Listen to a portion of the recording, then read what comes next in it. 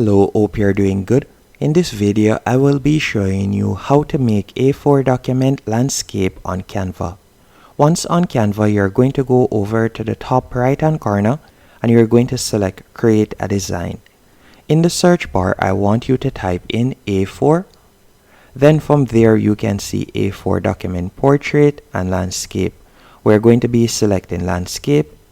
Once you have done that, you'll be redirected to a new page. On this new page, you can now start creating your document. For example, you could go over to the left-hand menu option and you can choose from one of the templates that they have right here. You can see they also have different categories, whether it is a table, comparison table, or so on you wanted to create, or if it was a poster, you could tap on poster right here and you can see the different poster layouts that you can choose from.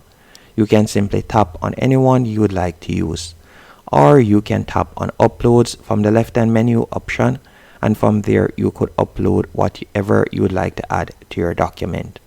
Once you're finished, you're going to tap on share in the top right hand corner, then select download, and from there you can tap on download. Hope you found this tutorial helpful and informative. If you did, be sure to hit the like button and subscribe.